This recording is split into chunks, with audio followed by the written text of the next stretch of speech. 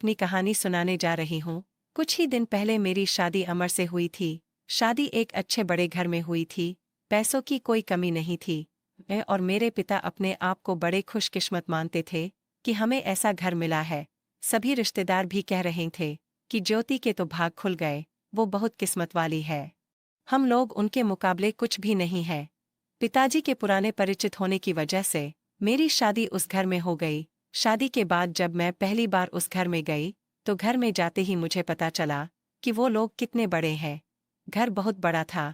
पहली बार था जब उनका घर मैंने देखा था।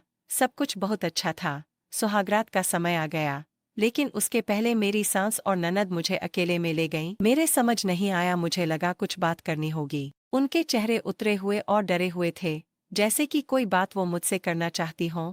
मैंने उनसे पूछा, क्या हुआ, आप दोनों इतने डरे हुए क्यों हो?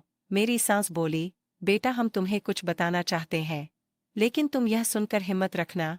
साथ ही मेरी ननद भी बोली कि अब हम जो तुम्हें बताने वाले हैं, वो बात हम तीनों के बीच में ही रखना। यह बड़ा घर है, यहाँ बात फैलते ज्यादा समय नहीं लगता, और वो बात अगर सबके सामने आ गई तो हमारे घर की इज्जत मिट्टी में मिल जाएगी। अब तुम इस घर की बहू हो और तुम्हें इस घर का मान रखना होगा। उनकी बातें सुनकर मैं सच में थोड़ा डर गई। मुझे समझ नहीं आ रहा था कि वो लोग क्या बोलना चाह रहे हैं। मैंने कहा, आप बताएं मुझे क्या बात है? मेरी सास बोली कि बहू मेरा बेटा मर्द नहीं है। उनकी यह बात सुनकर मेरे होश उड़ गए। उन्होंने कहा कि मैं जानती हूँ कि तुम सोच रही होंगी कि फिर हमने तुम्हें क्यों फंसाया, लेकिन हमारी भी मजबूरी है।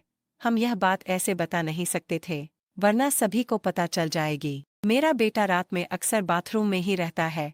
पता नहीं वहाँ क्या करता। जब भी उसे पूछो तो यही कहता है कि उसका पेट खराब है। कमरे में जाने के पहले अपने पति के लिए यह बातें सुनकर मुझे समझ नहीं आ रहा था कि मैं क्या करूं। मेरी ननद कहती है कि तुम उससे बात करना, थोड़ा समय उसके साथ बिताओ, फिर उससे खुलकर बात करो। अगर कुछ हो सकता है तो हम जरूर करेंगे। हम तुम्हारे साथ हैं, तुम्हें अकेला नहीं छोड़ेंगे। सुहागरात वाली रात यह सब सुनकर मैं अपने कमरे में जा रही थी। मुझे अब डर लगने लगा था। मैं कमरे में यही सब सोच रही थी कि मेरे पति अमर कमरे में आए। कमरे का दरवाज़ा बंद किया और दरवाजे से ही पेट पर हाथ लगाते हुए आए।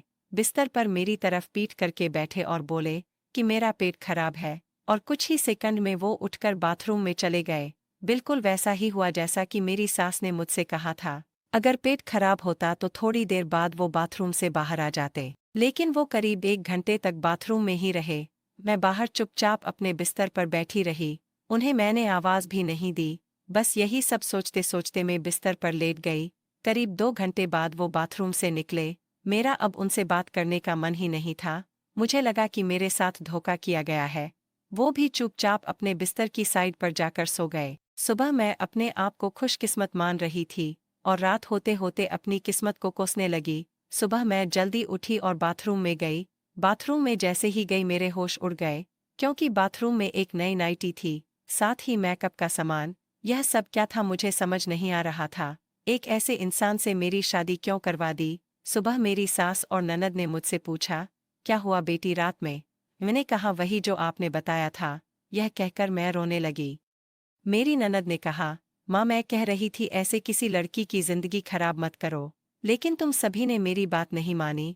अब ये क्या वो ऐसे ही घुट घुट कर यहाँ रहेगी? मेरी सास बोली कि बेटा तू जो भी फैसला लेगी हम तेरे साथ हैं, लेकिन तुझे यह वचन देना होगा कि यह राज तेरे मुंह से नहीं निकलेगा।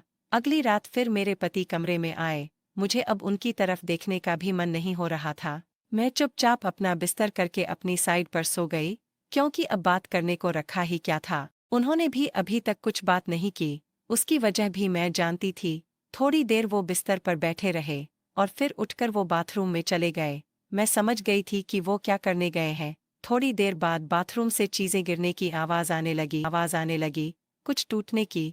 थोड़ी देर बाद आवाज रुकी और इस बार वो जल्दी ही बाथरूम से बाहर आ गए, आकर बिस्तर पर सो गए। हमारे बीच कोई बात नहीं हो रही थी। मैं तो यह सोच रही थी कि मैं क्या करूं। यही सब सोचते सोचते नींद आ गई। सुबह जल्दी उठी और फिर मैं बाथरूम में गई, लेकिन इस बार बाथरूम में जब गई तो सब कुछ बिखरा हुआ था। नई नाइटी को फाड़ दिया था, मेकअप का सामान बिखरा हुआ था। बाथरूम में कचरे में एक कागज भी था, जिस पर लिखा था टू माई वाइफ। मेरे मन में अब शक आया कि यह सामान और कपड़े कहीं मेरे लिए तो इन्होंने नहीं रखे। लेकिन फिर मैंने सोचा कि मेरी सास और ननद मुझसे झूठ क्यों बोलेगी। अभी मैंने उनसे कोई बात नहीं की। सुबह मेरी सास और ननद फिर मुझसे सहानुभूति जता रही थी। मुझे उनकी बातों से लगा कि वो चाहती हैं कि मैं अमर को छोड़कर इस घर से चली जाऊं। मुझे अब मेरी सास और ननद पर शक हुआ। मैंने घर की पुरानी नौकरानी से बात की। मैंने बातों बातों उससे पूछा कि अमर कैसे है। वो बोली कि वो तो बहुत सीधे हैं।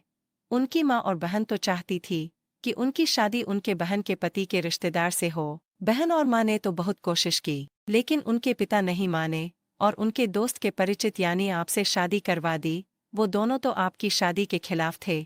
कई दिनों तक घर में विवाद भी होता था, लेकिन तुम्हारे पति अमर ने कहा कि पापा जो बोलते वही करते हैं। मुझे अब पता चल गया था कि मेरी सास और ननद मुझे क्यों भगाना चाहते थे, इसलिए उन्होंने मुझसे झूठ कहा था। उन्होंने शायद अमर को कुछ कहा होगा। मैं अब रात में अमर से बात करने का इंतजार कर रही थी। वो कमरे में आए तो उनका मुंह तो उतरा हुआ था। यह पहली बार था जब मैं उनसे बात करने वाली थी। उनके आते ही मैंने कहा, आप मुझसे कुछ बात करना चाहते हैं? वो बोले, अब बात करने को रखा ही क्या है। पापा का विश्वास था कि वो घर अच्छा है, इसलिए मैंने माँ और बहन की ना सुनकर तुमसे शादी की और तुमने सच छिपाया।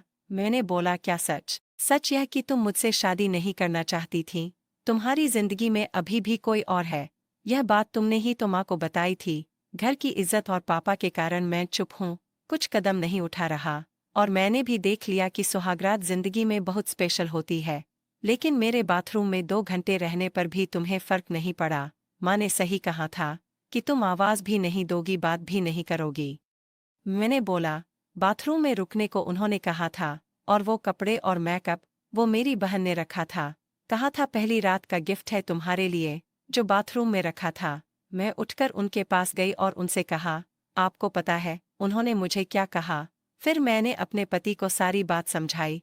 कहा कि वो चाहती थी हम दोनों में गलतफहमी हो और हम अलग हो जाएं, ताकि वो जो चाहती हैं वो पूरा हो जाए। पति को बहुत गुस्सा आया, लेकिन मैंने कहा, नहीं, अब हम इस बात को यहीं खत्म करेंगे और किसी को कुछ नहीं कहेंगे। उस रात मेरी सारी परेशानी और गलतफहमी दूर हो गई। वो थी मेरी सही मायने में सुहागरात। अगली सुबह मेरी सास और ननद ने मुझसे पूछा कि मेरा क्या फैसला है, मैं क्या करने वाली हूँ। मैंने कहा कि मैं आप दोनों को माफ करके एक नई शुरुआत करना चाहती हूँ। आपको मुझसे कोई शिकायत नहीं होगी। मैं एक बहुत अच्छी बहू बनकर दिखाऊंगी। मेरे चेहरे पर मुस्कान देखकर उनके चेहरे उतर गए। ननंद तो उसी दिन अपने घर चली गई। तो दोस्तों, आपको यह कहानी कैसी लगी कमेंट करके ज़रूर बताएं और इसी तरह की कहानियाँ सुनने के लिए चैनल को सब्सक्राइब करें।